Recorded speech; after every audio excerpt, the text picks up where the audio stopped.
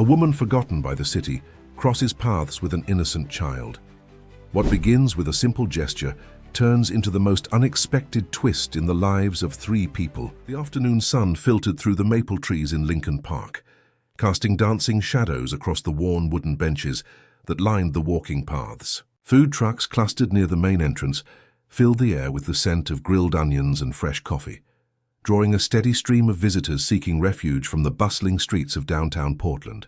Edward Anderson sat beneath an old oak tree, his blazer hanging open despite the slight chill in the October air, his phone buzzing insistently in his pocket. He ignored it. The sandwich he had bought moments ago sat untouched on the bench beside him, growing cold while his 4-year-old daughter Lily kicked her light-up sneakers against the bench leg, creating a rhythmic pattern that seemed to measure time itself. 3 years had passed since his wife had left this world, and in those 3 years, Edward had learned to function on autopilot.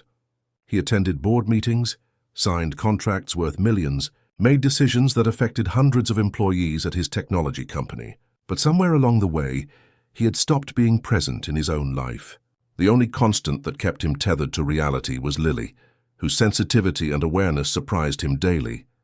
She had her mother's eyes, the same way of tilting her head when she was thinking, the same quiet observation of the world that made her seem older than her years. Lily wore a floral dress that her grandmother had sent from Boston, complete with tiny embroidered butterflies along the hem. Her hair was pulled back in pigtails that Edward had managed with surprising competence that morning, though one was slightly higher than the other. She watched everything with the intensity that only children possess, absorbing the world around her like a sponge. The distant bark of a dog, the squeaking wheels of a stroller passing by, the rustle of newspaper pages as an elderly man settled onto a nearby bench. Everything was new, everything mattered, everything was alive. Then her gaze settled across the street, and she went very still. Edward noticed the change immediately, the way her small body tensed, the way her kicking stopped mid-swing. He followed her line of sight to a figure huddled against a lamppost on the opposite side of the street. A woman, perhaps in her mid-20s, sat with her arms wrapped tightly around herself, her head bowed low. Her light-colored dress was stained and torn at the edges, her blonde hair tangled and unwashed.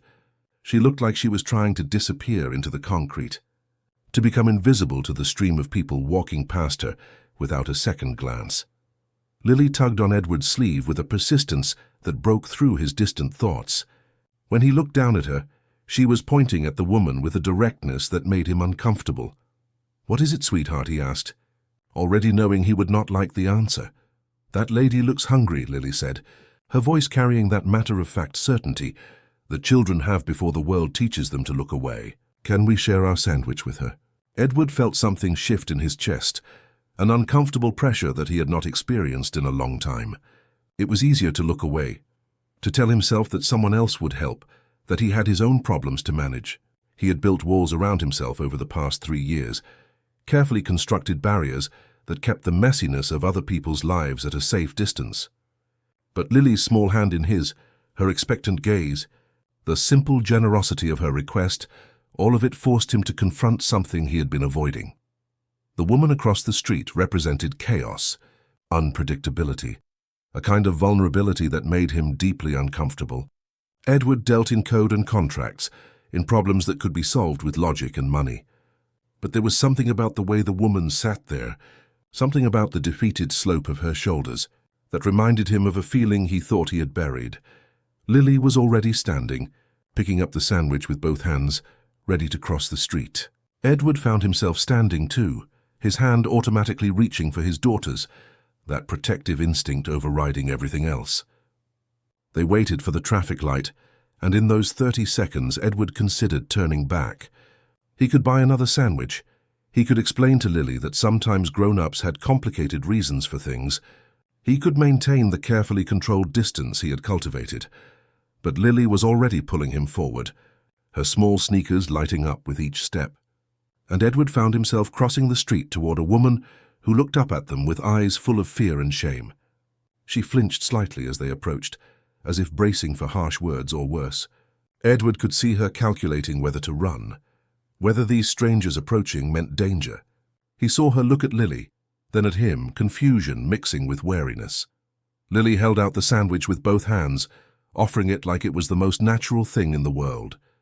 The woman stared at it for a long moment, then looked up at Edward with an expression that made something crack inside his carefully constructed walls. She was not just hungry, she was exhausted.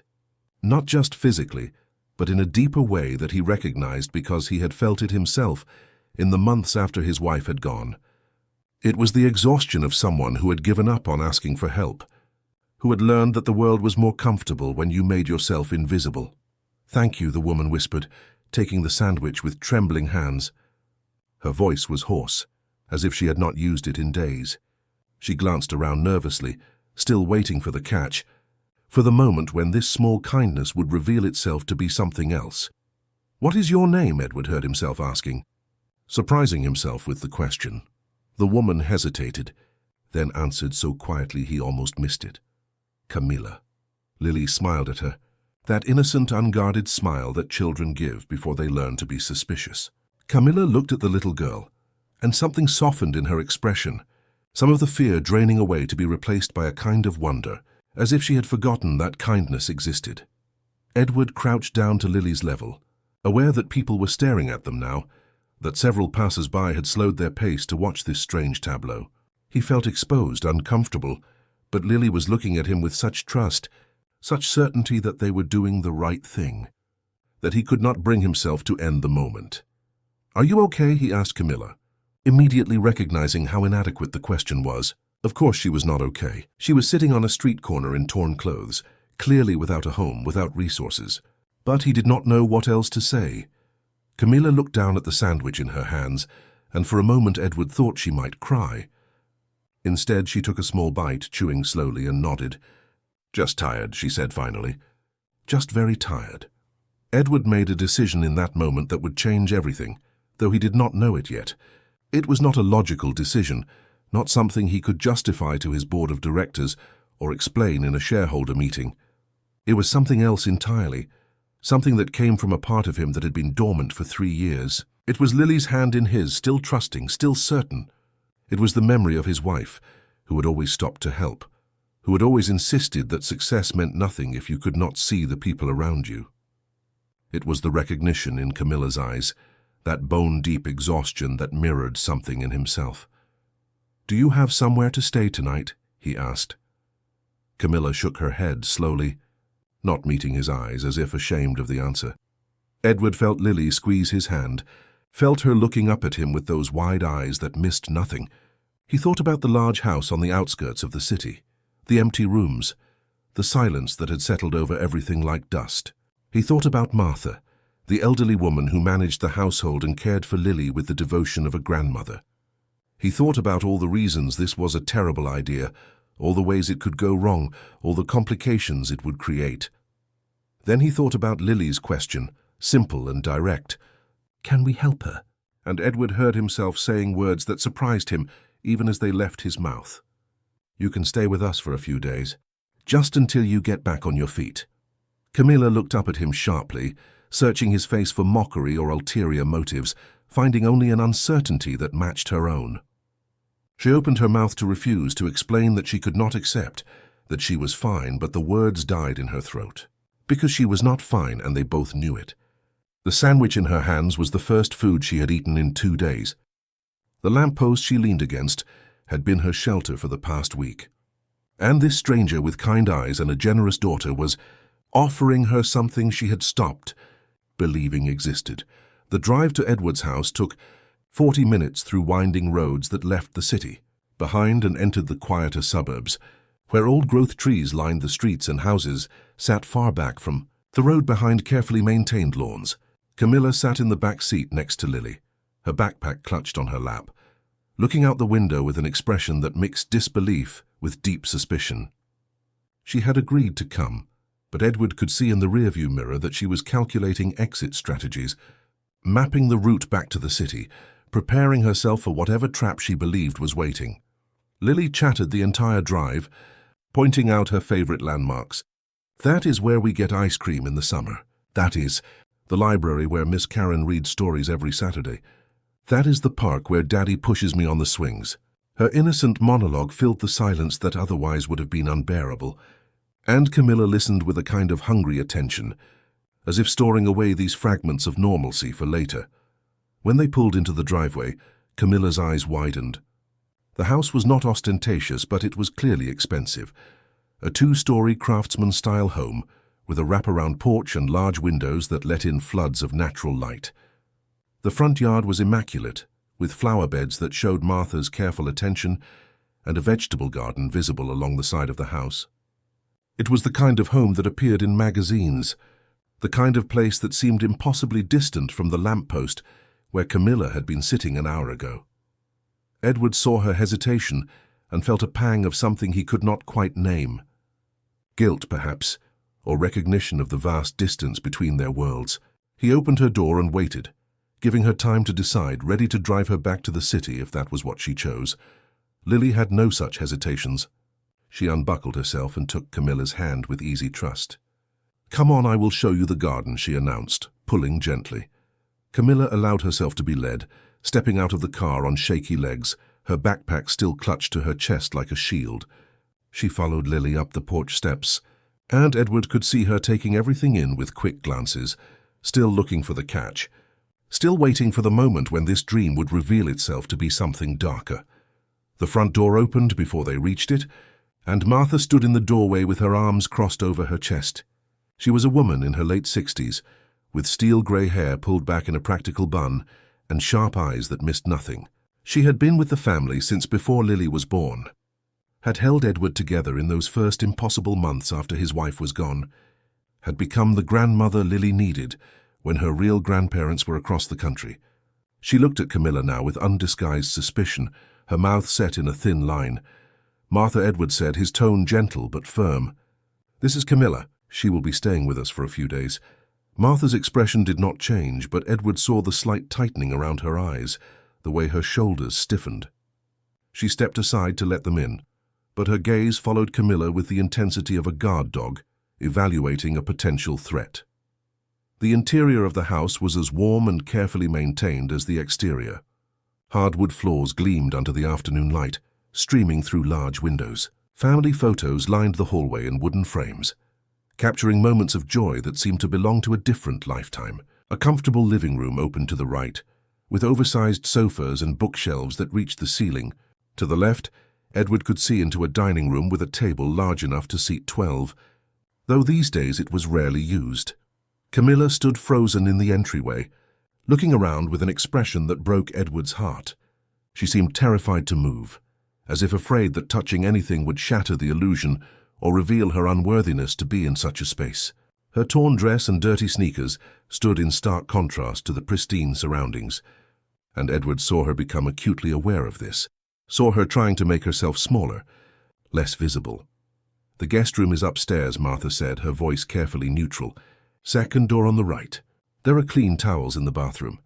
It was not a warm welcome, but it was an acceptance, and Edward felt grateful for even that much. Martha loved Lily fiercely, and anyone who entered this house would be evaluated primarily on whether they posed any risk to the child. It would take time to earn her trust, if it could be earned at all.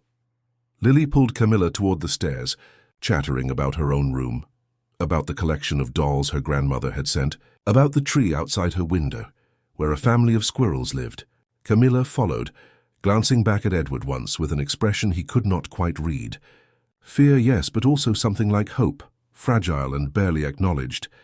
Edward watched them climb the stairs, then turned to find Martha standing with her arms still crossed, her expression clearly communicating what she thought of this situation. "What are you doing, Edward?" she asked quietly, her tone more concerned than accusatory.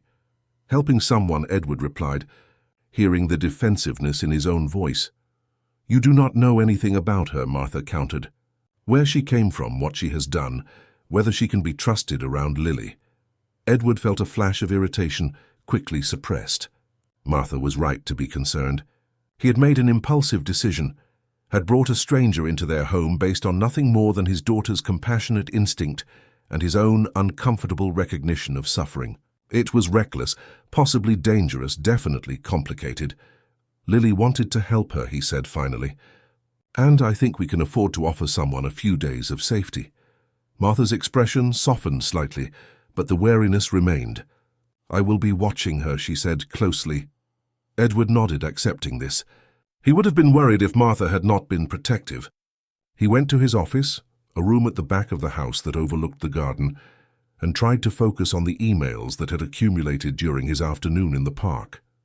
But he found himself staring out the window instead, thinking about the woman upstairs, who was probably standing in the guest room trying to understand how her life had shifted so dramatically in the space of an hour. Upstairs, Camilla stood in the middle of the guest room, afraid to touch anything. The room was beautiful, with a queen-sized bed covered in a soft quilt, a dresser with a mirror, a window that looked out over the back garden. There was a connecting bathroom, and through the open door she could see white towels folded neatly on a shelf, a bathtub that looked impossibly inviting. She had not had a proper bath in weeks, had been washing in public restrooms when she could, going days without when she could not. Lily had shown her around with enthusiastic gestures, pointing out where everything was, explaining that the window did not open all the way because her father was worried about safety, demonstrating how the reading lamp on the bedside table had 3 different brightness settings. Then she had hugged Camilla quickly, unself-consciously, before running back to her own room to retrieve something important she wanted to show. Alone now, Camilla sat carefully on the edge of the bed, afraid that her dirty clothes would stain the clean quilt. She pulled her backpack onto her lap and opened it, taking inventory of everything she owned. A change of clothes equally worn and dirty, a toothbrush with flattened bristles, a small sketch pad, its pages filled with drawings she had made in spare moments, her only remaining connection to who she used to be. A handful of pencils, some broken, some worn down to stubs. That was it. That was everything she had managed to hold on to. She thought about the past 2 years, about how quickly everything had fallen apart. Her parents had been gone within 2 years of each other, her mother first and then her father, both leaving holes in her life that never quite closed. She had been studying visual arts at Portland State University, had been good at it, had been one of the scholarship winners in a competition sponsored by some tech company. But when her mother got sick, Camilla had to choose between her education and being there for her final months. It had not really been a choice at all. After her mother was gone, Camilla had tried to rebuild. She got a job at a coffee shop downtown, moved in with a friend from school, started thinking about re-enrolling. Then she met Ryan at the coffee shop, a regular customer who seemed kind, who offered her a place to stay when her roommate moved out unexpectedly. She had been so grateful, so relieved to have help. It had taken 3 months for her to realize that his kindness had conditions, that he expected things she was not willing to give. When she refused, when she tried to leave, he had made it clear she was no longer welcome. She came home one day to find her things packed in garbage bags on the porch, and the locks changed. That was 4 months ago, and in that time, Camilla had learned things about the world that she wished she could forget. She learned that shelters filled up fast and had waiting lists. She learned that sleeping in parks meant waking up every few hours to the sounds of danger. She learned that people looked through you when you sat on the street, that you became invisible, that your humanity seemed to disappear along with your address. She learned to hide during the day, to find corners where she would not be moved along by police or harassed by people who saw her vulnerability as an invitation. She learned that hunger was not just physical, that it ate away at your sense of self, at your ability to hope. The first few days passed in a strange, suspended reality that felt to Camilla like walking on ice that might crack at any moment. She moved through the house like a ghost, trying to take up as little space as possible, avoiding the main living areas when Edward was home, helping Martha in the kitchen with a quiet efficiency that seemed to surprise the older woman. She woke early and went to bed early, keeping to the guest room as much as she could, grateful for the sanctuary, but terrified of overstaying whatever unspoken welcome had been extended. Martha watched her with hawk-like intensity those first days, noting how Camilla never took food, without asking, how she cleaned up after herself meticulously, how she jumped slightly at sudden sounds and kept her backpack always within reach. The suspicion in Martha's eyes began to soften imperceptibly when she realized that Camilla was not trying to take advantage, was not scheming or manipulating. If anything, the young woman seemed painfully uncomfortable accepting any kindness at all. It was Lily who broke through the careful distance Camilla had constructed. The child had no understanding of the invisible boundaries adults created, no sense that Camilla might want to be left alone. She appeared in the guest room doorway with books under her arm, with toys she wanted to share, with questions about everything and nothing. At first, Camilla tried to maintain a polite distance. But Lily's enthusiasm was relentless and surprisingly healing. On the third evening, during a rainstorm that drummed steadily against the windows, Lily brought her entire collection of picture books to Camilla's room and asked her to read. Camilla hesitated, but the hope in Lily's eyes was impossible to refuse. They sat on the floor together, and Camilla found herself reading story after story, doing different voices for the characters, watching Lily's face light up with delight. For the first time in months, Camilla felt something other than fear or exhaustion. She felt useful, valued, almost normal. Edward heard his daughter's laughter from downstairs and followed the sound, stopping in the hallway outside the guest room. Through the partially open door, he could see Camilla and Lily sitting cross-legged on the carpet, surrounded by books, both of them smiling. Camilla was reading with expression and warmth, completely engaged with the story, and Lily was hanging on every word. Something shifted in Edward's chest, a loosening of tension he had not realized he was carrying. Martha appeared beside him, also drawn by the sound of Lily's laughter. They stood together in silence for a moment, watching the scene in the guest room. "She is good with her," Martha admitted quietly, as if the words were being pulled from her against her will. Edward nodded, not trusting himself to speak. The next day, Camilla woke to find clean clothes folded outside her door. They were simple things, jeans and T-shirts that must have belonged to Edward's wife, kept all these years in a closet. Camilla held them with trembling hands, understanding what it meant for Edward to give them to her, what it meant for Martha to have retrieved them. She showered and dressed, and when she looked at herself in the bathroom mirror, she barely recognized the person staring back. Clean, wearing clothes without holes or stains, her hair washed and brushed, she looked almost like the person she used to be. That afternoon, while Lily was at preschool and Edward was at work, Martha found Camilla in the kitchen, quietly cleaning the already spotless counters.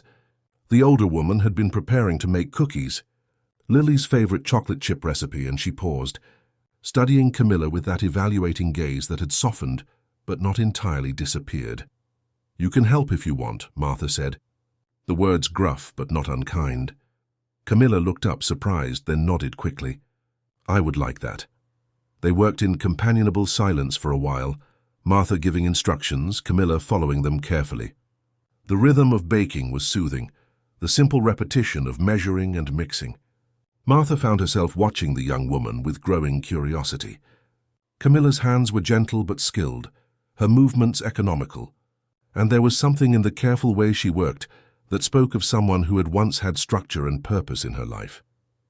"You do not have to tell me," Martha said, as they slid the trays into the oven.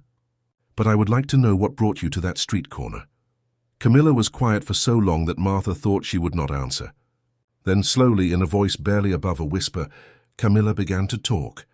She told Martha about her parents, about the scholarship and the interrupted education, about Ryan and the months on the street. She did not ask for sympathy and she did not make excuses. She simply stated facts in a flat tone that hurt more than tears would have. Martha listened without interruption, her expression unreadable. When Camilla finished, the older woman was quiet for a long moment, then reached out and patted Camilla's hand once, quickly, as if embarrassed by the gesture. "You are safe here," Martha said firmly. "For as long as you need." Camilla felt something break inside her, some carefully maintained dam that had been holding back months of fear and loneliness and shame. She did not cry, but her breath hitched, and Martha pretended not to notice, busying herself with cleaning up the flour that had spilled on the counter. That evening, Edward came home to find his house transformed in subtle ways. The cookies Martha and Camilla had made filled the kitchen with warmth and sweetness. Lily was drawing at the dining room table, and Camilla sat beside her, helping her color within the lines with gentle suggestions. Martha was humming in the kitchen, something Edward had not heard her do in years. The house felt alive in a way it had not since his wife had gone. Over dinner, Lily insisted that Camilla sit with them, and for the first time since arriving, Camilla joined the family at the table rather than eating alone in the guest room. The conversation was simple, mostly Lily chattering about her day at preschool, about the frog they had seen in the playground, about her friend Emma who had shared her crackers at snack time. But there was an ease to it, a sense of something settling into place. After Lily went to bed, Edward found Camilla in the living room, looking at the bookshelves with an expression of longing. She jumped slightly when she noticed him, immediately moving to leave, but he gestured for her to stay. "You can read any of them," he said. "Please, most of them have not been touched in years." Camilla nodded, still wary, still ready to retreat at any sign of displeasure. Edward sat in the armchair by the window, the one he used to share with his wife in the evenings. And for a moment they were simply two people sharing a space in comfortable silence. "Lily really likes you," Edward said after a while. Camilla smiled, a small genuine expression that transformed her face. "She is a wonderful child." "You are very lucky, I know," Edward replied quietly. "She is the only thing that kept me going after her mother was gone." The words hung in the air between them, an acknowledgement of shared loss, of understanding what it meant to have the foundation of your life pulled away. Camilla looked at him with those eyes that had seen too much too young, and Edward saw in them a reflection of his own grief, his own struggle to keep moving when everything felt pointless. "You're doing a good job," she said softly. "Raising her, I mean. She is kind and brave and full of joy. That does not happen by accident." Edward felt something tighten in his throat. No one had told him he was doing a good job in 3 years. People offered condolences, practical help, business advice. But no one had simply recognized the daily effort of showing up, of being present, of trying to give Lily the childhood she deserved, despite the hole that had been torn in their lives. The next few days fell into a rhythm that felt almost natural. Camilla helped Martha around the house, played with Lily, slowly began to occupy space without apology. She laughed more easily, spoke more freely, allowed herself to believe that perhaps this kindness was real and would not be snatched away. She began to sketch again in the evenings, sitting in the living room while Edward worked on his laptop, and Lily played with her toys. The scratch of pencil on paper became a familiar sound, a presence that somehow made the house feel more complete. It was during one of these quiet evenings that Edward noticed what Camilla was drawing. He had been trying to focus on quarterly reports, but found his attention wandering to the young woman curled in the corner of the sofa, her sketch pad balanced on her knees, her expression absorbed and peaceful. When she got up to get some water, she left the pad on the cushion and Edward found himself drawn to look. The drawing took his breath away. It was him and Lily, running through the backyard, captured in mid-motion with a joy and energy that seemed to leap off the page. The detail was extraordinary, every fold of clothing, every expression precisely rendered. But it was more than technical skill. There was emotion in every line, a sense of movement and life that transformed a simple pencil sketch into something extraordinary. Edward stood staring at the drawing for a long time, something stirring in his memory. There was something familiar about the style, about the way emotion was captured in simple lines, about the technique that managed to convey so much with so little. When Camilla returned, she saw him looking at the sketch and immediately tensed as if waiting for criticism or rejection. "It is beautiful," he said simply. "You are incredibly talented." Camilla shrugged, uncomfortable with the praise. "I used to draw a lot, before everything happened." Edward's mind was working now, connecting pieces that had been floating separately. That evening, after Camilla had gone to bed, he went to his office and began searching through old files from his company's social responsibility initiatives. His tech firm had partnered with various educational and arts programs over the years, offering scholarships and support to young talent. He remembered a competition 5 or 6 years ago, something with children's book illustration, winners receiving full scholarships to art school. It took him an hour of searching, but he found it. The Portland Youth Arts Initiative. He pulled up the archived webpage showing the winners from 6 years ago, and there she was. Camilla Martinez, age 19, first place winner in the illustration category. The photo showed a younger version of the woman upstairs, smiling confidently at the camera, holding a certificate, her eyes bright with possibility. The accompanying text praised her unique ability to capture emotion and movement, noting that she had been awarded a full scholarship to Portland State University's Visual Arts program. Edward sat back in his chair, the pieces falling into place. She had been on track for success, had real talent recognized by professionals, had been given opportunities, and somehow in the space of a few years, she had ended up sitting against a lamppost with nothing. Life had not been unkind to her. It had been brutal. He did not mention his discovery immediately. Instead, he watched Camilla over the next few days, seeing her differently now. She was not just someone who had fallen on hard times. She was someone who had lost not just her home and family, but her entire identity, her sense of purpose, her connection to the thing that gave her life meaning. When she drew in the evenings, Edward realized he was watching someone trying to remember who they used to be, reaching for a version of themselves that had been buried under months of survival. A week after Camilla arrived, Edward took Lily to the park again, the same park where they had first encountered her. It had become part of their routine, this quiet time together before the demands of the evening took over.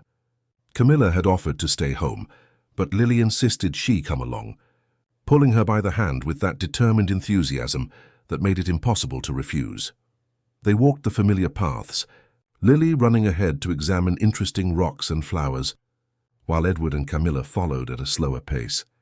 For the first time since bringing her home, Edward felt comfortable enough to ask questions.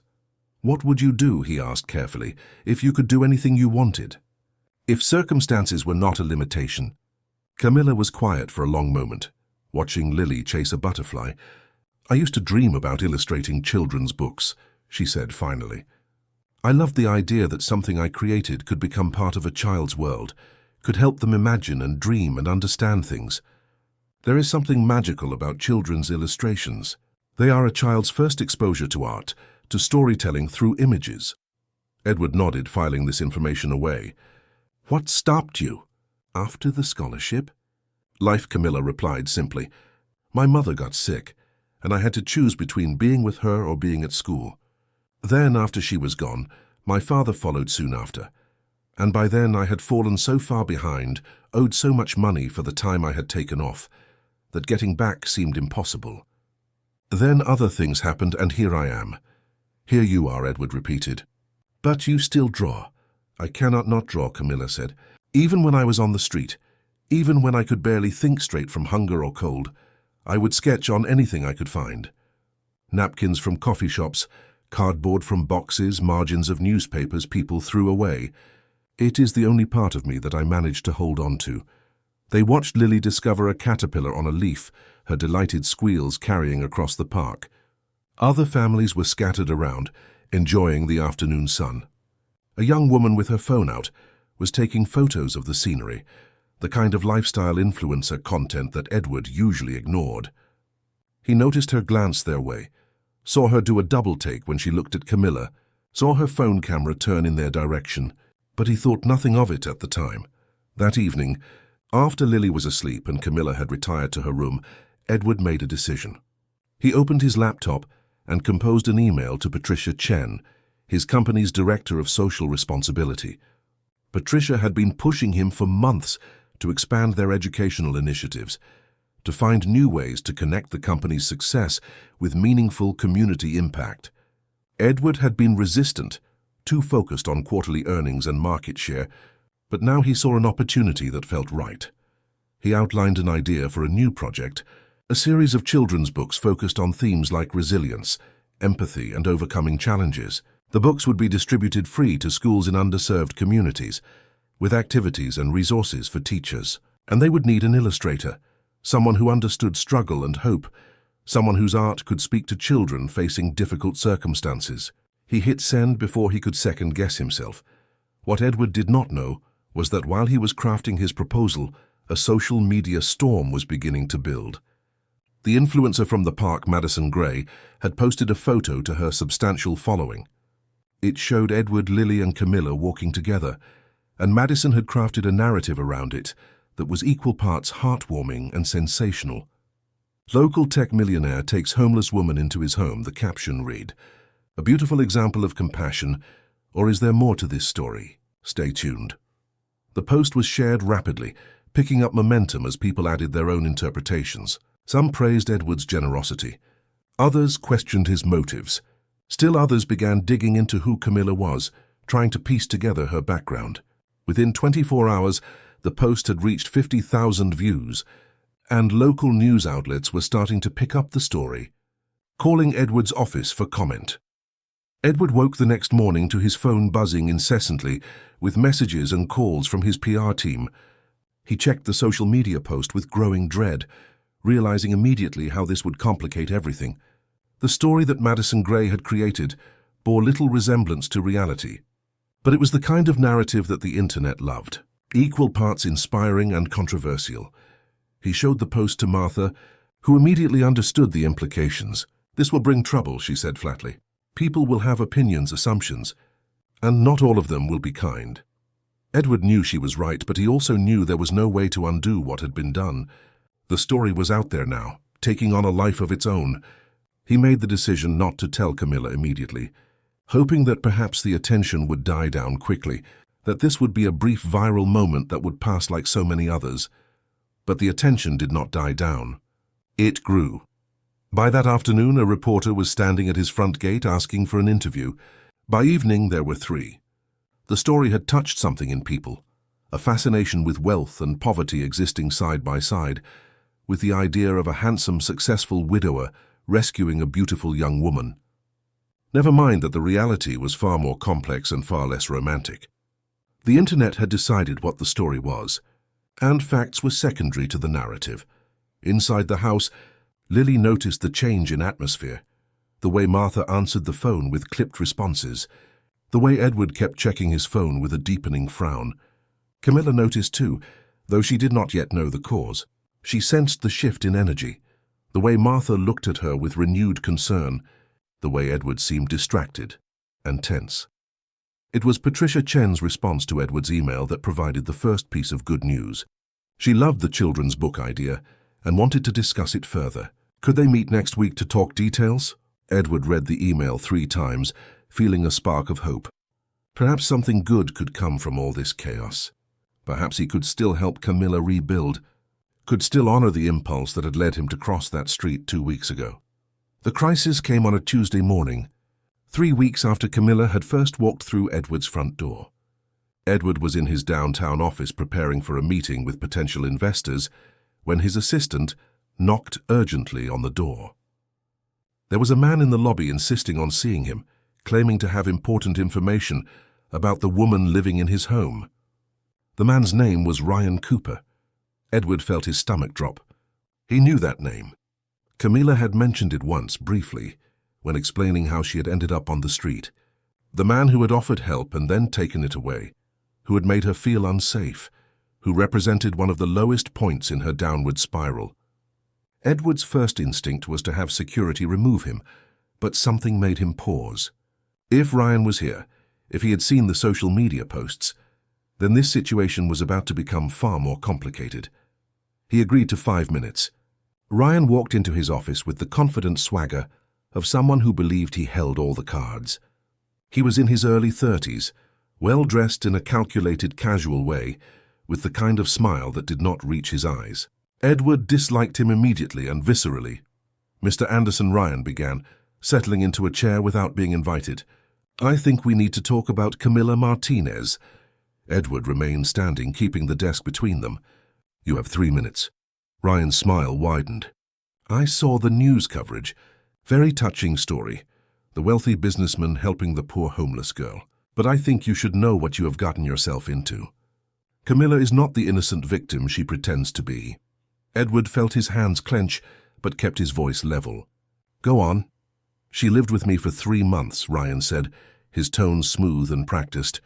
"I gave her a place to stay, helped her get back on her feet. And how did she repay me? She stole from me, money, jewelry, even my laptop. Then she disappeared in the middle of the night. I filed a police report, but they never found her. Until now." Every word was a lie, and Edward knew it with absolute certainty. He had spent enough time with Camilla to understand her character, to see the way she never took anything without asking, the way she tried to make herself smaller rather than larger, the way guilt and shame colored every interaction. This was not someone who stole. This was someone who had been victimized and was now being victimized again. "Do you have proof of this theft?" Edward asked coldly. Ryan's confidence flickered for just a moment. The police report is public record. Then I suggest you let the police handle it, Edward said. This conversation is over. But Ryan was not finished. You have investors, right? Business partners? How do you think they will react when they learn you have brought a thief into your home around your daughter? The media is already fascinated by this story. Imagine what they will do with this information. There it was, the real reason Ryan was here. Not justice, not concern, but opportunity. He had seen the viral posts, had recognized Camilla, and had realized he could leverage the situation for money or attention or revenge. Whatever his motivation, it was ugly and transparent. Edward walked to his office door and opened it. Security will see you out. And Mr. Cooper, if you contact me again, if you approach Camilla, if you spread false information, I will pursue every legal avenue available to ensure you face consequences. Do I make myself clear? Ryan stood slowly, his expression hardening. You are making a mistake. People have a right to know who they are defending. After Ryan left, Edward sat in his office for a long time, thinking through his options. He could ignore this, hope it blew over, but Ryan's visit suggested that would not happen. He could go public with Camilla's real story, but that felt like a violation of her privacy, another way of taking away her agency. Or he could prepare for the worst and hope for the best. He called his PR team and his lawyer, explained the situation, and asked them to be ready. Then he drove home, knowing he needed to tell Camilla what was happening, that she needed to understand the storm that was building around her. He found her in the backyard with Lily, teaching her how to draw butterflies. The afternoon sun cast long shadows across the grass, and their laughter carried on the breeze. It was such a peaceful scene that Edward almost could not bear to disrupt it. But Camilla looked up and saw his expression, and her own face immediately shuttered, that familiar wariness returning. After Lily went inside for a snack with Martha, Edward told Camilla about the social media post, about the attention it had garnered, about Ryan's visit to his office. He watched her face as he spoke, saw the color drain from her cheeks, saw her hands begin to shake. I need to leave, Camilla said immediately, standing abruptly. I am so sorry. I never meant for any of this to happen. I should not have accepted your help. I have brought nothing but trouble. You have brought nothing but kindness to this house, Edward said firmly. Ryan is lying and we both know it, but I need you to tell me the truth about what happened between you two. All of it. Camilla rapped, her arms around herself, that defensive posture she had worn the first day Edward met her. He offered me a place to stay after my roommate moved out. I thought he was being kind, but he expected things in return. Things I was not willing to give. When I made it clear I was not interested, he got angry. He said I was ungrateful, that I owed him. One day I came back from the coffee shop where I worked, and all my things were in garbage bags on the porch. He had changed the locks. I had nowhere to go. Did he ever threaten you physically? Camilla hesitated, then nodded. Once. He grabbed my arm hard enough to bruise when I told him I was looking for another place to stay. That was when I knew I had to leave, no matter what it cost me. Edward felt rage building in his chest, cold and controlled. Have you ever stolen anything from anyone? No, Camilla said, her voice breaking. Never. I have done a lot of things I am not proud of since I have been on the street. I have begged, I have hidden, I have lied about where I was sleeping to avoid judgment, but I have never taken anything that was not given freely. I believe you, Edward said simply. Camilla looked at him with tears streaming down her face. Why? You barely know me. Ryan will tell his story. People will believe him, and your reputation will suffer because you trusted someone you should not have. Because Lily trusted you first, Edward replied, and because I have watched you for 3 weeks, and I know character when I see it. You are not a thief. You are someone who has been hurt repeatedly and somehow managed to stay kind. That is worth fighting for. That evening, Ryan's story hit social media. He had given an interview to a local news blog, painting himself as a concerned citizen trying to warn Edward about the dangerous woman he had brought into his home. The story was picked up quickly. shared widely, and the narrative shifted. Suddenly, Camilla was not a victim who had been helped, but a con artist who had manipulated a grieving widower. The comments were vicious, the speculation wild, the judgment absolute. Edward released a brief statement through his PR team, saying that he stood by Camilla completely and that any allegations against her were demonstrably false. But the internet had already made up its mind, and facts were inconvenient obstacles to a good story. By nightfall, reporters were camped outside his house, and his business partners were calling with barely concealed concern about the negative publicity. Inside the house, Camilla packed her backpack with shaking hands. She could hear Martha arguing with Edward downstairs, could hear Lily asking why everyone was upset, could hear the phones ringing constantly with calls Edward refused to answer. She had stayed too long, had allowed herself to believe that perhaps she could have this, that perhaps she deserved safety and kindness and a chance to rebuild. But the universe was making it clear that was not her story. She waited until everyone was asleep, then left a note on Lily's pillow. "Thank you for sharing your sandwich with me. You have the kindest heart I have ever known. Keep drawing and dreaming and believing in beautiful things. The world needs people like you." Then she slipped out the back door into the night, leaving, behind the first place that had felt like home in years, knowing that staying would only make things worse for everyone she had come to care about. Edward found the note at 6 in the morning when Lily woke him, crying in a way she had not cried since the early days after her mother had gone. She clutched the piece of paper in her small fist, the careful handwriting already smudged with tears. He read it 3 times, feeling something break inside his chest, something that had been slowly healing over the past 3 weeks and was now shattered again. Martha stood in the doorway of Lily's room, her face drawn and pale. "I checked," she said quietly. "Her room is empty. Everything is gone except the clothes we gave her." She folded them neatly on the bed. Edward felt anger and grief warring inside him, directed at himself for not predicting this, at Ryan for creating the situation, at the entire world for being so cruel to someone who had already suffered so much. But mostly he felt a kind of desperate urgency, a need to find Camilla before she disappeared completely back into the shadows where he would never be able to reach her. He tried to focus on Lily first, holding his daughter while she sobbed, trying to explain in words a 4-year-old could understand why Camilla had left, why sometimes people had to go away, even when we wanted them to stay. But Lily's questions cut deep. Did we do something wrong? Did I make her sad? Will she come back? Edward had no good answers, only hollow reassurances that felt inadequate even as he offered them. Lily refused to eat breakfast. She sat at the kitchen table drawing picture after picture of Camilla, each one showing the woman who had read her stories and helped her color and made her laugh. Martha tried to engage her with favorite foods and activities, but the child was inconsolable. By midday, she had retreated to her room and refused to come out, and Edward understood that this was not just about missing Camilla. This was about loss, about the lesson Lily was learning that people could disappear from your life without warning, that safety was an illusion, that love was not always enough to make someone stay. The business consequences were immediate and severe.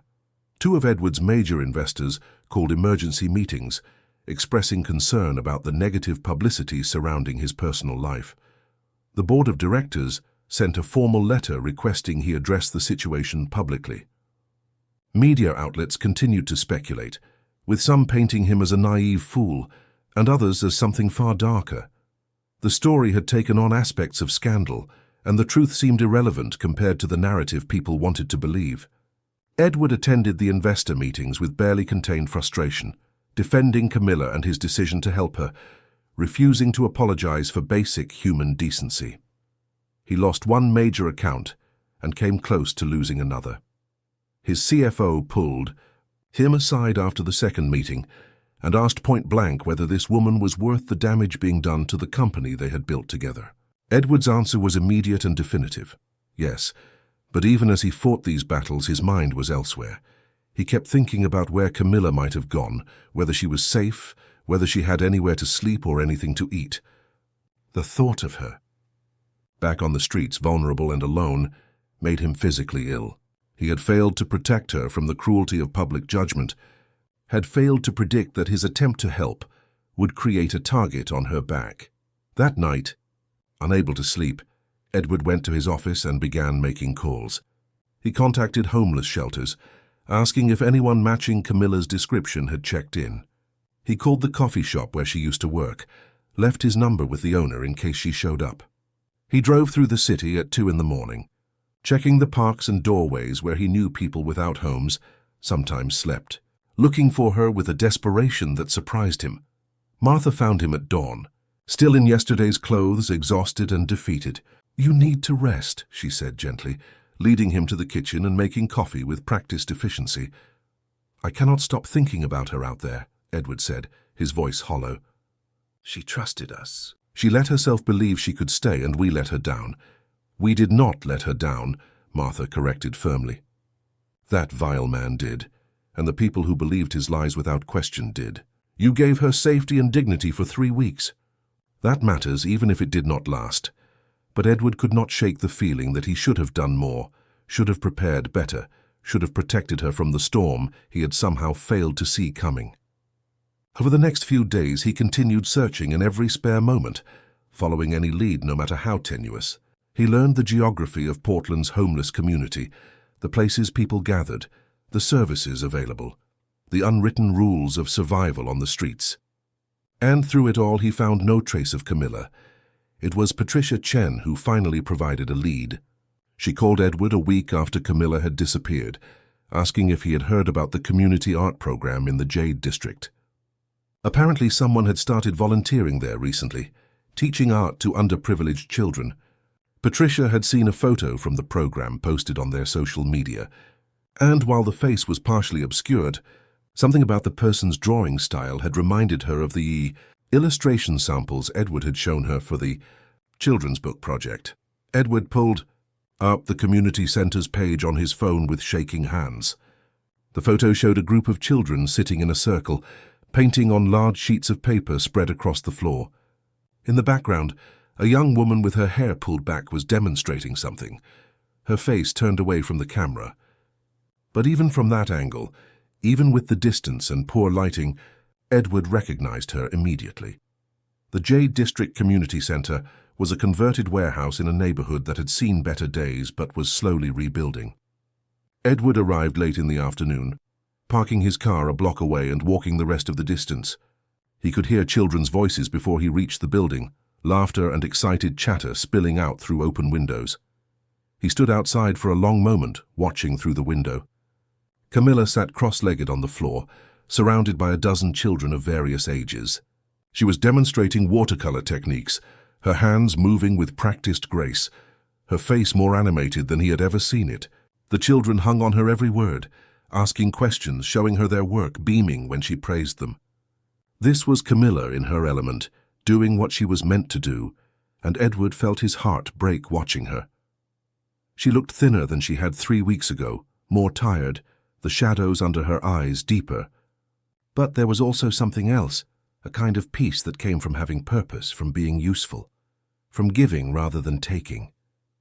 She was teaching these children not just art, but possibility, showing them that creativity could be a refuge, that beauty could exist even in difficult circumstances. Edward stepped inside the community center, and Camilla looked up immediately, her expression shifting from joy to shock, to something that might have been fear. The children noticed the interruption and turned to stare at the stranger in the expensive suit, who clearly did not belong in this space. Camilla stood slowly, setting down her paintbrush, her body language screaming that she was ready to run. "Can we talk?" Edward asked quietly. Camilla glanced at the children, then at the clock on the wall. "Class ends in 20 minutes. "I will wait," Edward said, and sat down on a bench against the wall, making it clear he was not leaving. Those 20 minutes felt like hours. Edward watched Camilla finish the lesson with professional focus, helping each child clean up their workspace, offering specific praise for their work, promising they would continue next week. She was a natural teacher, patient and encouraging, able to see potential where others might only see messy attempts. The children clearly adored her, several hugging her goodbye, One small girl asking if she could take her painting home to show her mother. When the last child had been picked up by a parent, Camilla finally turned to face Edward. The community center felt cavernous and empty now, their voices echoing off the high ceilings. She wrapped her arms around herself in that familiar defensive posture, waiting for him to speak first. "Lily has been crying every day," Edward said without preamble. "She drew 40 pictures of you. She asks about you constantly. She thinks she did something wrong to make you leave." Camilla's face crumpled. "I left her a note," I tried to explain. "She is 4 years old," Edward continued. "She does not understand complicated adult reasons. She just knows that someone she cared about disappeared without saying goodbye." "I'm sorry," Camilla whispered, tears streaming down her face. "I thought leaving was the right thing. I thought I was protecting all of you from more scandal, more trouble." "You were protecting yourself," Edward said, his voice gentler now. "From getting hurt again, from trusting something good only to have it taken away. I understand that. But running is not the answer, Camilla. Not this time." Camilla sank onto one of the small chairs meant for children, her body folding in on itself. "I do not know how to do this," she said, her voice breaking. "I do not know how to let people help me. Every time I trust, every time I let myself believe things might get better, it all falls apart. Ryan offered help and then used it against me. You offered help and I brought scandal to your doorstep. I ruin everything I touch." Edward pulled another child-sized chair close and sat facing her, their knees almost touching in the confined space. "You did not bring scandal. Ryan did. The media did. People who would rather judge than understand did. You were just trying to survive. And when someone offered you genuine kindness, you accepted it. There is no shame in that." "Your investors are angry," Camilla said. "I saw the news coverage. Your reputation is being damaged because of me." "My reputation will recover," Edward replied firmly. "Reputations always do if you give them time. But Lily's heart might not recover as easily. She needs to know you are okay. She needs to understand that leaving was not about her." Camilla wiped her eyes with the back of her hand, leaving a smudge of paint across her cheek. "I cannot come back to your house. Not with everything that is happening. It would only make things worse." "I'm not asking you to come back," Edward said, and saw the flash of hurt cross her face before she could hide it. "Not because I do not want you there, but because you are right. The media attention has made that situation impossible for now. But I have a different proposal." He pulled out his phone and showed her the email chain with Patricia Chen. "When I found out about your background, about the scholarship you won, about your talent, I started thinking about a project my company has been developing. We want to create a series of children's books focused on resilience, empathy, understanding differences. Books that help children process difficult emotions and situations. Books that get distributed free to schools in communities that need them most." Camilla looked at the emails with growing confusion. "I do not understand. What does this have to do with me?" "We need an illustrator," Edward said simply. "Someone who understands what these books are trying to say, who can capture emotion in a way that speaks to children. Someone whose art comes from a place of genuine experience and empathy. I think that someone is you." Camilla stared at him, speechless. "You want to hire me?" "I want to offer you a professional contract," Edward corrected.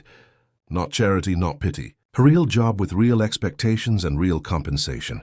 You would work with our team to develop the illustrations for the first series of books. If it goes well, there would be more projects.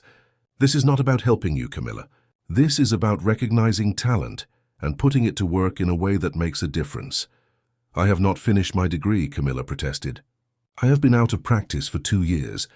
I have no portfolio, no references, no proof I can do this." Edward gestured around the community center, at the children's artwork drying on tables, at the watercolors still set up on the floor. "This is your proof. These children's faces when they look at you, the way they engage with the material, the way you make them believe they can create something beautiful. That is worth more than any degree." Camilla was crying again, but different tears now. "Why are you doing this? Why do you keep trying to help me, when it would be so much easier to just walk away?"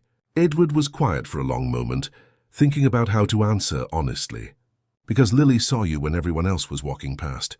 Because in trying to help you, I remembered what it felt like to care about something beyond quarterly earnings and board meetings. Because watching you with my daughter, seeing you come alive when you draw, reminded me that life is supposed to have purpose beyond just surviving. You reminded me of who I used to be before grief made me small and careful." He stood and held out a business card with Patricia Chen's information. "Think about it. Take a few days. Patricia will want to meet with you, see samples of your work, discuss the project timeline. There is no pressure, no obligation, but if you say yes, this is real. A real contract, real deadlines, real opportunity to rebuild your career." Camilla took the card with shaking hands. "What about the media attention? What about Ryan's lies? People think I am a thief and a con artist. Let me worry about that," Edward said. "I have lawyers working on it." Ryan made specific allegations that can be proven false. It will take time, but the truth will come out. In the meantime, you focus on your work. Let your art speak for itself." And Lily, Camilla asked quietly, "How is she really?" Edward smiled sadly. "She misses you terribly. Martha does too, though she will never admit it. The house feels empty without you. But I think what Lily needs most right now is to see that you are okay, that you have a path forward, that leaving was not the end of your story." "Can I see her?" Camilla asked. "Just once to explain in person?" "Of course," Edward said, "but maybe give it a week or two. Let the media frenzy die down a bit. And in the meantime, call Patricia. Look at the project details. Start sketching ideas. Give yourself something positive to focus on." Over the next week, Camilla did exactly that. She met with Patricia Chen in a coffee shop far from Edward's office, both women sitting for 3 hours discussing the vision for the book series, the target age range, the themes they wanted to explore. Patricia showed her rough manuscript drafts, and Camilla found herself getting excited in a way she had not felt in years. These were stories that mattered, stories about children facing challenges like moving to a new place, dealing with a parent who worked too much, understanding why some families had less than others. Stories that needed illustrations that were honest and emotional and real. Camilla spent every spare moment sketching, filling page after page with character studies and scene concepts. She used the pencils from her battered backpack and paper she bought with money earned from the community center classes. The director of the center, Maria Gonzalez, had been surprised when Camilla first appeared asking to volunteer, but had quickly recognized her talent and commitment. Now Maria provided her with a corner of the supply closet to store her things, and sometimes slipped her gift cards for the grocery store, never explicitly acknowledging what they both knew about Camilla's living situation. Because despite Edward's offer, despite the possibility of steady work, Camilla was still sleeping in her car. A beat-up Honda she had managed to buy with saved money years ago and had somehow held on to through everything else. It was parked in different spots each night, never the same place twice, and she showered at a community gym that offered discounted memberships to people experiencing housing insecurity. It was not sustainable long-term, but it was better than the street, and Camilla was determined to prove she could handle the job before accepting any more help from Edward. The preliminary sketches she submitted to Patricia exceeded all expectations. Patricia called Edward with barely contained excitement after their second meeting, telling him they had found someone special, someone whose work had a quality that could not be taught. The drawings were technically excellent, but more than that, they had heart. They captured the emotional truth of childhood in ways that felt authentic and hopeful without being saccharine. Meanwhile, Edward's lawyers had been busy. They requested and received copies of the police report Ryan claimed to have filed, only to discover it had been made after Ryan saw the social media posts about Camilla, not during the time she had actually lived with him. The timeline alone cast serious doubt on his allegations. They also interviewed people who had worked at the coffee shop with Camilla, gathering statements about her character, her work ethic, her honesty. The picture that emerged was of someone who had been victimized, not someone who victimized others. When they confronted Ryan with this evidence and the threat of a defamation lawsuit, he quickly backpedaled. He issued a public statement claiming he had been mistaken, that he might have confused Camilla with someone else, that he apologized for any harm caused. It was cowardly and transparent, but it was enough to shift the narrative. The media, which had been so eager to judge Camilla, now moved on to other stories, their attention spans as short as their memories. Edward issued his own statement, brief and dignified, thanking people for their concern and asking for privacy for all involved. He included a paragraph about the children's book project and his company's commitment to social responsibility, subtly repositioning the narrative from scandal to purpose.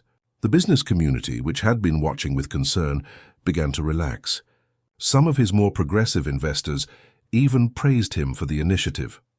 2 weeks after their conversation in the community center, Camilla signed her first professional contract as an illustrator. Patricia had negotiated fair terms that included an advance, project milestones, and the possibility of future work. The signing took place in Patricia's office, with Edward present as an observer. Camilla's hands shook as she wrote her signature, and when she looked up, Edward saw something in her eyes that had been missing before: hope. After the signing, Edward walked with Camilla to her car, noticing for the first time that she was living in it. He said nothing, respecting her need for independence, but made a mental note to ask Patricia about temporary housing assistance that could be written into future contracts. There were ways to help without making Camilla feel like charity case, and he was learning to navigate that delicate balance. 12 months transformed everything in ways that felt both impossible and inevitable. The first children's book in the series launched in September to widespread acclaim from educators and child psychologists, with Camilla's illustrations praised for their emotional depth and accessibility. The story followed a young girl navigating her first day at a new school, and Camilla had poured her own experiences of feeling lost and alone into every page, balanced with the hope of finding connection and belonging.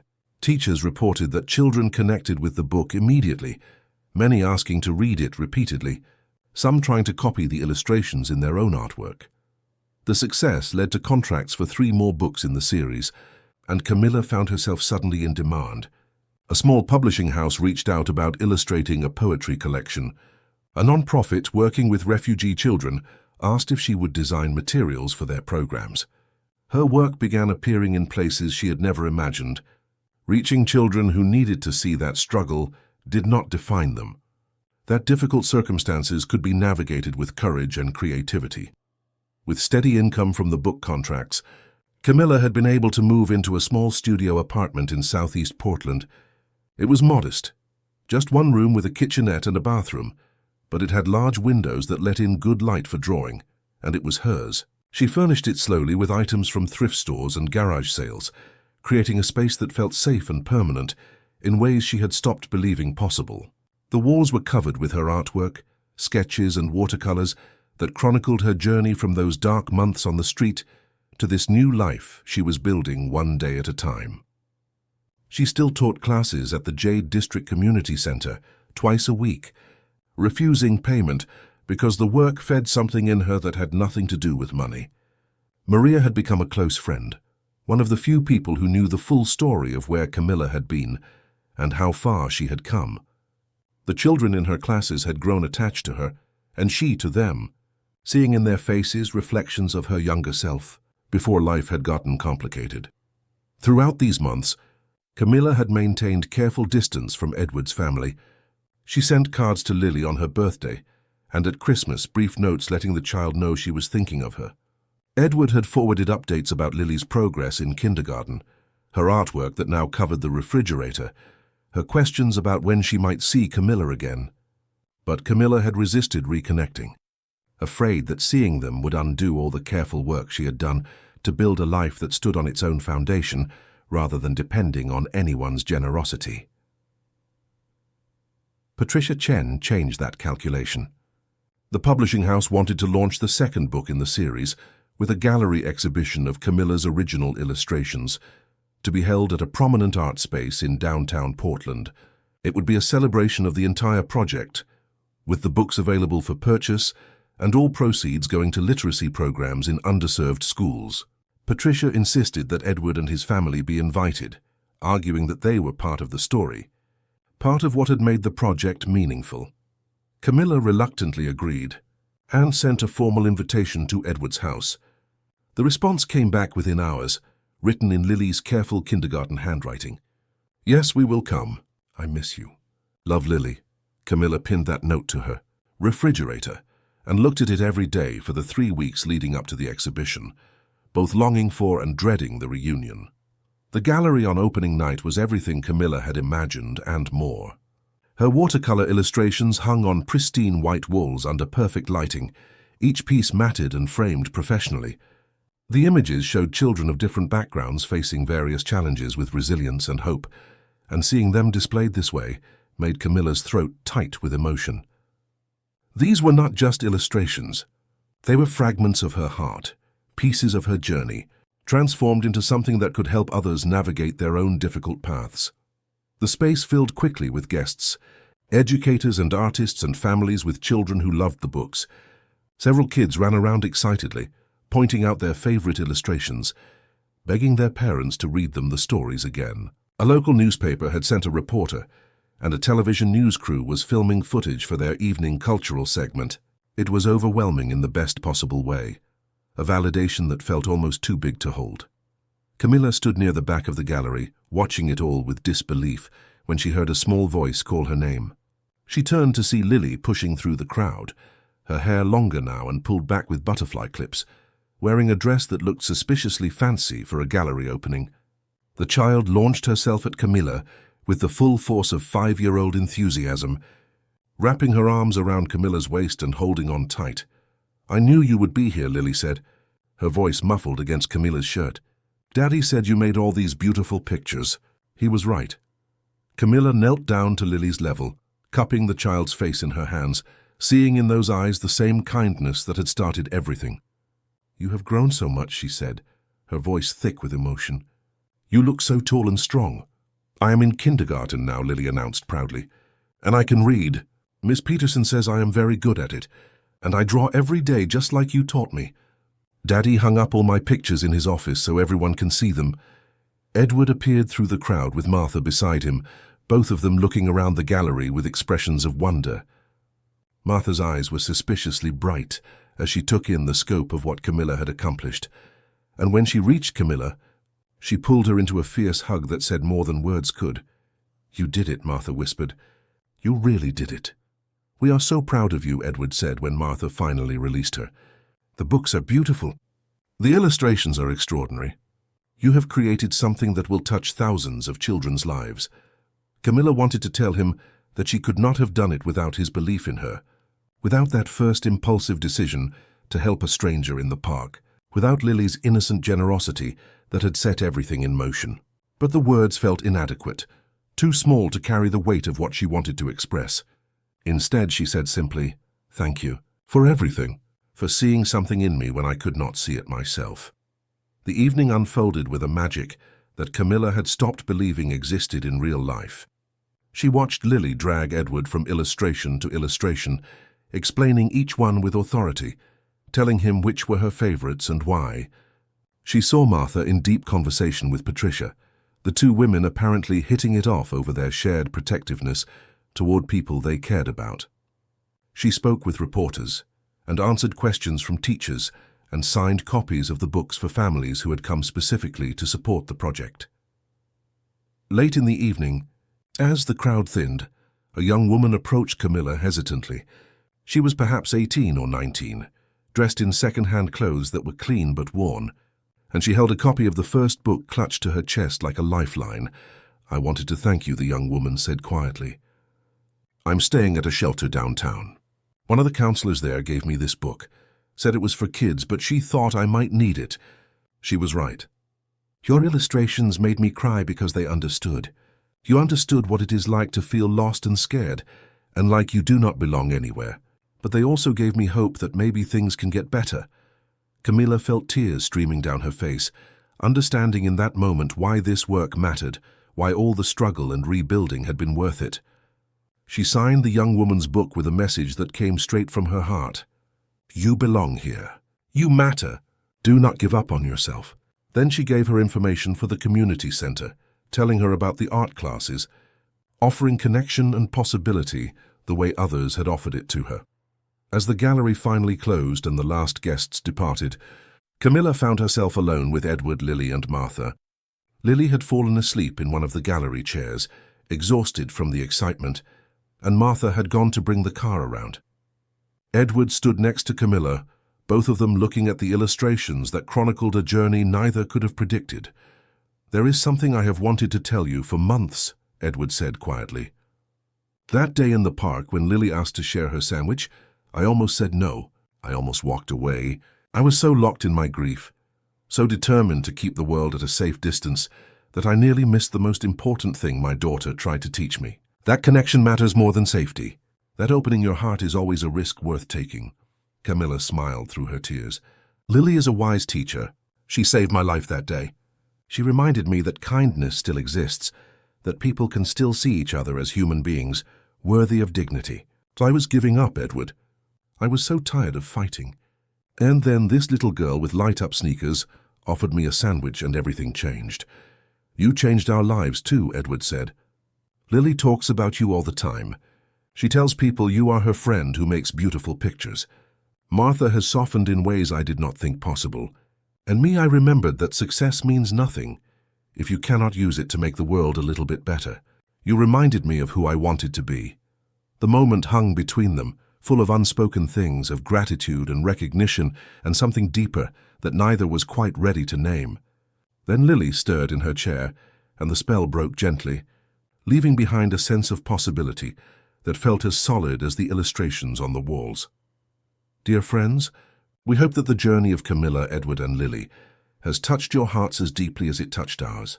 This story reminds us that sometimes the smallest gesture, a child's generous impulse to share a sandwich, can transform lives in ways we never imagine. We have created a special playlist filled with equally compelling stories about resilience, hope, and the unexpected ways people find their path forward. You can find it by clicking here on your screen. If this story moved you, please subscribe to our channel and give us a thumbs up. Every day we bring you unique narratives that explore the complexity of human experience, the struggles we face, and the strength we discover within ourselves. Do not miss our upcoming content, and we would love to hear your thoughts in the comments below. What moment in this story resonated most with you? Have you ever witnessed or experienced an act of unexpected kindness that changed everything? Share your stories with us, because your voice matters in this community we are building together. Thank you for being here, for listening, and for believing in the power of stories to connect us all.